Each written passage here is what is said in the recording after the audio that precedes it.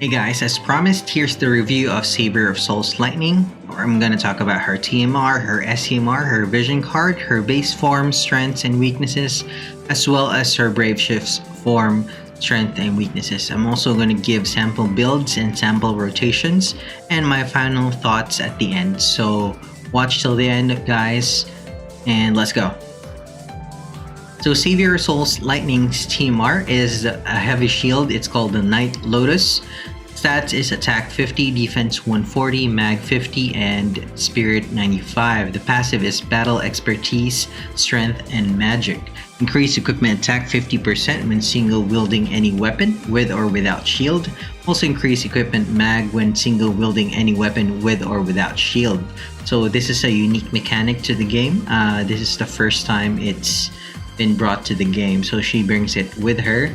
It's a unique heavy shield that starts off the TDH and MTDH with shield mechanic in the game, or as we call it, true sword and board. Absolutely get this TMR for Lightning herself. It is good for tanks and supports too, since the flat defense and spirit stats are high, so it's the highest among all TMRs. Even the highest among all SCMR heavy shields. Right, so here is her SCMR.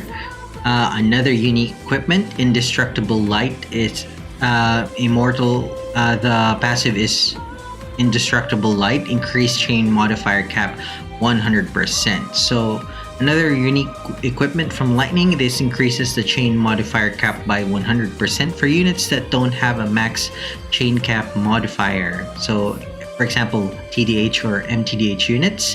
Whether this is great for a unit or not is highly situational, so it really depends on your equipment pool.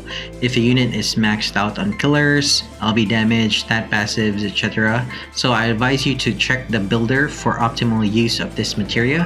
However, this materia is unstackable. You can only use one per unit, so you won't be able to hit the max of 600. So you also cannot use this on units that already have the 200% increased chain modifier cap. So just take note of that.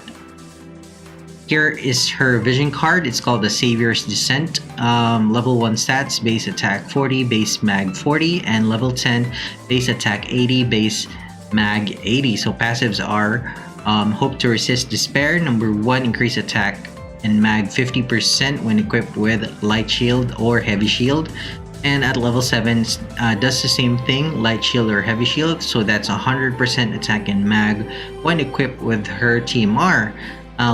Level 10 bonus ability, a flash that cuts off the darkness, only for FF13, FF13-2, and Lightning returns FF13 units, so increase equipment attack 50%, increase equipment mag 50% when single wielding any weapon with or without shield. So just with this vision card, she can get 150 attack and mag TDH. So she'll just be missing 50% since she already has 200 TDH passive or MTDH passive. So a vision card with a mix of attack and mag flat stats, it will have the highest attack and mag mix by the time of its release. So also good for hybrid damage dealers. They can benefit from the high flat stats. Most of them can't benefit from the bonus abilities since they can't equip shields. It's too bad that the magic and TDH is restricted only to FF13 units. Otherwise, it could be really useful. Okay, so base form strengths. The base form can equip swords, great swords, katanas, spears, guns, and maces. It can also equip light shields, heavy shields, hats, helms, clothes, light armor, heavy armor, and robes and accessories. So almost, I think she can equip all of the armor types. Okay, so SOS Lightning functions as a provoker and damage dealer in base form. She is a lightning based physical damage dealer that can imbue the party with lightning. So she has AMOE chains as well as bolting strike chains. So number 1, Electric Blast, level 5, lightning physical damage 70 to all enemies, decreased lightning resistance 120 for 5 turns to all enemies. So that's a bolting strike family. And Spark Boost, recover MP 100 to caster, add lightning element to physical attacks for 5 turns to all allies. Also increase lightning, physical, and magic damage 15% for 5 turns to all allies. So she's good support if you want to imbue the party with lightning and also boost their lightning damage by 15%. She can also decrease lightning resist by 120, and she can chain with bolting strike chainers. She can also apply a damage mitigation buff against fairy enemies to herself. Bowl Guard is shared between her 2 forms, so both her forms can provoke. She has a resistance buff for fire, ice, lightning, and wind to herself as well. So this is the ability, Bowl Guard, level 5, static ability, shared between 2 forms, increase fire, ice, lightning, and wind resistance, 90% for 5 turns to caster. So a bit sad there that it's 90. It's just missing the 10% for full immunity. Mitigate physical damage taken against fairies, 50%. Also mitigate magic damage coming from the same enemy type. Increased chance of being targeted, 100% for 5 turns to caster. Ace, she has a non-elemental AMOE chaining skill that also provides general mitigation to herself for 75%, so that's quite a high general mitigation.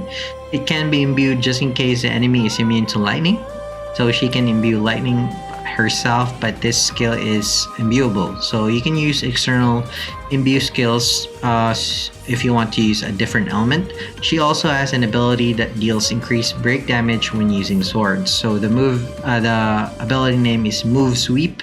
Physical damage 36 with ignore defense 50% to one enemy, so that's 72. Mitigate damage taken 75 for 5 turns to enemy AMOE chains. And beatdown is physical damage with increased break damage 500% for a sword to one enemy, useful when you're trying to break the break gauge of an enemy, also if you're using swords. Lightning can do massive damage with her LB. She has an active LB damage buff of 150 and a passive LB damage buff of 150 also. The LB damage buff also fills her LB gauge for 30, which is half of the cost of her LB. However, it's not part of her triple cast. Her LB also grants her 30% more lightning damage for 4 turns. So the name of the ability is ATB Charge. Increase attack and mag 300 for 6 turns to caster. Increase LB gauge 30 to caster. Increase LB damage 150 for 6 turns to caster. Can't be dispelled. And her triple cast is called T-Drive. She can use all her skills with a triple cast except for ATB Boost. Reunion with Sarah is a passive, increase LB damage 150, also increase LB gauge 4 per turn and LB gauge fill rate 150. And her LB is called the Scene Drive, max level 40, 24 hits. Not sure what it changed with yet. Can't find any training frames yet. And 60 LB cost. Lightning physical damage 110 to all enemies, so AoE. Increase lightning and physical magic damage 30% for 4 turns to caster. Also cast 2-stack Mirage for 3 turns to all allies, so that could be useful. Alright, she also has white magic dual cast and some white magic in her kit, so what can she not do? Alright, so she has Race, Dispel, Isana, and Kiraga. She can dual cast those. Alright, so passives. Lightning passives are amazing. Lots to talk about here. First off, 200% TDH makes it easy to cap. If you equip her with her vision card, it will go up 150%, so that's 350. With her shield, I think that's already capped, right? So increase attack, defense, mag, spirit, HP, MP by 100%, so she's still lacking 300% attack. She also has equipment defense TDH with 200%, so useful when you're trying to build her for bulk and not evade.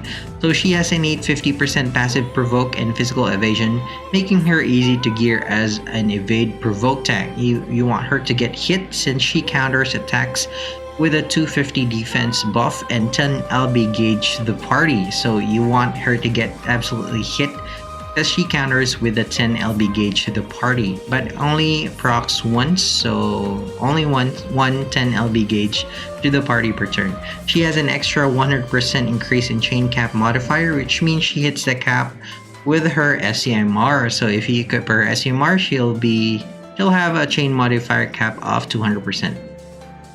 So going down the list, she can do extra damage, magic damage against broken enemies. That's her trust passive. Also has increased physical and magic damage against demons and fairies, 50 and 150 respectively. She also has 50% chance of being targeted, so that's a trust passive. Physical evasion 50, already mentioned that. She has guts one time. She can counter magic and physical attacks just one time, promise with Noel. Resistant to stop and charm, but unfortunately that's the only resistances she has. And resource MP 7% per turn. Alright, so continued. She does more damage to demon. Defense TBH is useful if you want to gear for bulk instead of evade. She can survive a failed blow one time and is resistant to stop and charm. She auto-fails her LB gauge by 4. Alright, so sorry, that was a bit redundant.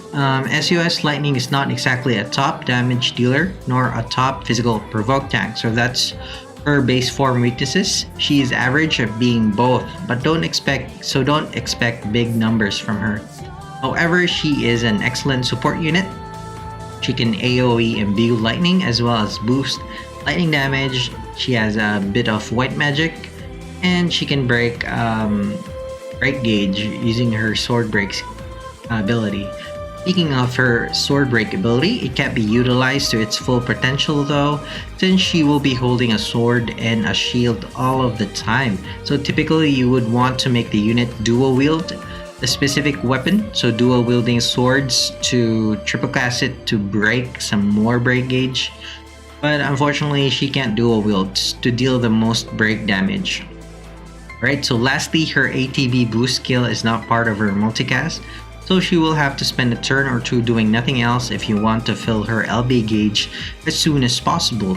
The attack and mag and LB buff lasts for 6 turns though, so there is plenty of time to fill her LB gauge naturally with just one cast.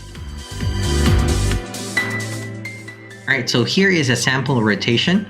This rotation that involves her provoking and imbuing lightning to the party as well as applying a general mitigation to herself. So move sweep has AMOE frames, so she can chain with Laswell or Reagan variants.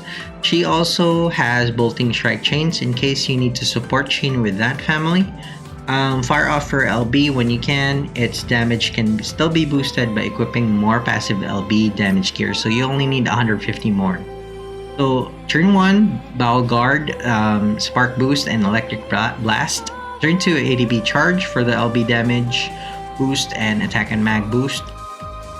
Turn 3, Move Sweep, 3 times that. And then turn 4, possibly Fire LB. It will do 440x. If you increase your passive LB damage, it will do more damage. Turn 5, move sweep again, and turn 6, repeat from first turn. So as you can see, her modifiers are kind of low except for her LB damage. Can still be boosted. The 15% lightning amplification skill isn't calculated there yet, so you can also add that to the modifier. Here's a sample build for evade provoking LB damage and sword and board, true sword and board. So equip Durandal, that's from SEMR from Seeker of Freedom Van. Night Lotus, that's her TMR. Bruce Dark Hat. Lion Armor from, I think that's Stern SEMR. Stewards Pump from Shinju. Yep, and Riku's Glove from Riku KH3, that's his TMR. Indestructible Light, her SEMR. So Kid is Criminal from Pikyota, Evade, and some Killer Materia. Right, so Vision Card is the Savior's Descent, so she can take advantage of the true Sword and Board passives. Here's another build for physical chaining, and if you don't have her TMR or Vision Guard yet, or if you haven't maxed them, right, and then you used Super TMR Mugo on Lightning. So here's what it looks like. So use the Master and Apprentice's Great Katana. That's from Axer and Cleo. That's a 200 katana that has a great flat attack stats. Mask of Asura from the Scorn of Asura trial. Glacial Garb from Shiva last one. Yard's Pump again, and Master of Fate from Envy Cloud. Last Guardian from Noel, and Spare Slot. Guiding the Youth is the best vision card since it increases attack passives when equipped with a katana. Alright, so Brave Shift Form Strengths. It's available from turn 1, duration is infinite. Cooldown to normal is 1 turn, cooldown to Brave Shift is 2 turns. Lightning turns into a magical damage dealer after Brave Shifting. Her primary elemental are lightning and wind. She has non-elemental attacks as well. So, Tornado, LRFF13, wind magic damage 72 times to all enemies. Decrease wind resistance 120 for 5 turns to all enemies, bolting strike. And Surge is the lightning variant of that. Has more modifiers though, 80 compared to 72. So use lightning if you can. And Quake is the non-elemental magic. Deals 180 to all enemies, bolting strike. It hits hard, but it's only 3 uses per battle, and it's non-elemental. Lightning can debuff the enemy spirit by 90 with the use of her LB. This will be the highest spirit debuff in the game. Her LB does multi-elemental damage and imbues her with the same elements for 5 turns. She still has access to her 150 LB damage buff and her LB damage passive of 150.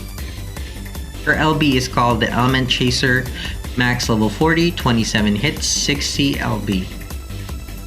Fire, Ice, Lightning, and Wind magic damage 50 with Ignore Spirit 50% to one enemy. So that's 100. Decrease Spirit 90 for 2 turns to one enemy. Also add Fire, Ice, Lightning, Wind element to physical attacks for 5 turns to caster. Alright, so ATB charge can still be used in her Brave Shift form. And Reunion with Sarah is still part of her passive kit. She can also debuff Mag and Spirit by 85 to all enemies while doing some damage. Her cooldown ability can apply a full debuff on the enemy for 5 turns as well as Inflict Disease. So the Faith Ga, magic damage 48 to all enemies. Quite low on the modifier there. Decrease magic 85 for 5 turns to all enemies, bolting strike chains. Dishalga is the spirit debuff, also bolting strike. And Disaster is a cooldown skill, decrease attack, defense, mag, spirit by 85 for 5 turns to one enemy, inflict disease 100% to one enemy. So she can also function as a debuffer in her Brave Shift form. Her Brave Shift passives are similar to her base forms, except she has 200 MTDH and STDH. She lost her physical evasion in favor of magic evasion. Her counters recover MP 50 and buff spirit by 250 instead. So if you remember, her base form counter would fill LB 10 and buff defense by 250. So if you ask me, the base form counter is better. Alright, so also it's the same thing. Alright, so just going down the list, it's the same except for those things that I've mentioned. I forgot. She also lost her physical evasion. Alright, I already mentioned that. Next, Brave Shift weaknesses. First off, her LB is multi-element, so which means it will be difficult to use in dark visions for enemies resistant to her elements. So no issues with the final boss though, since they don't have any elemental immunities. I also forgot to mention she has an ability that does increase break damage when using a rod. So if you remember, her base form had a sword break skill. Her brave shift form has a rod break skill. It suffers the same weakness as her sword break ability. She can't really dual wield rod, so it can't be used to its full potential, but it can still be used to break the gauge of a rod weak enemy, although not that effective. Alright, so Brave Shift, sample rotation for Brave Shift. Brave Shift from the opening turn and do a full debuff on the enemy. Use ATB Charge next turn, then Surge or Tornado depending on the element you want to use. Surge has higher modifiers though. Fire off her LB whenever possible to take advantage of the 90% Spirit debuff. So turn 1, Disaster, Ball Guard, Surge, and then ATB Charge on turn 2. Turn 3, Surge again 3 times, and then turn 4, fire off your LB. You can also increase the modifier if you equip more LB damage passive gear. And then turn 5, Surge again, and turn 6, repeat from first turn. So as you can see, low modifiers again on her Brave Shift form. She's not a true magic damage dealer, but she can do damage using her LB. So here is a sample build for her Brave Shift. This build is a one weapon and one shield and a shield build. She will provoke the magic attacks while increasing her own magic power. So use Dark Gambitin, Dark Vision's weapon, Night Lotus, that's her TMR, Hane's Hat, Golbez's armor. So Golbez's armor is really good on this form. Really high flat mag, and Lightning can equip heavy armor, which not many magic attackers can. Cursed Dull Plus, Heliolite, Indestructible Light, which is Cackle, and some open slots there depending on your gear. And we have the Savior's Descent also for her vision card. Alright, so here's an alternate build if you just want to go MTDH. Same things except for the materia. So use Corrupted Mage to increase your MTDH. Also Overcoming Death to increase your mag. And a spare slot for anything else. Vision card is from Envy Sol, the Heartless Sage. Alright, so for my final thoughts about Savior of Souls Lightning, she is truly an all-around unit. She doesn't do the most amazing damage in both forms, but she makes up for it in terms of roll compression. So she can do a lot of things. Her TMR, SUMR, and Vision card can all be equipped on her. What I mean is it's best in slot on her, so you won't be wasting any of her equipment. You won't need any special equipment from other units to make her shine. So with her own TMR, SMR, and Vision card, she can be the best that she can be. Her SCMR could also be beneficial to units without the 200% increase in chain cap modifier.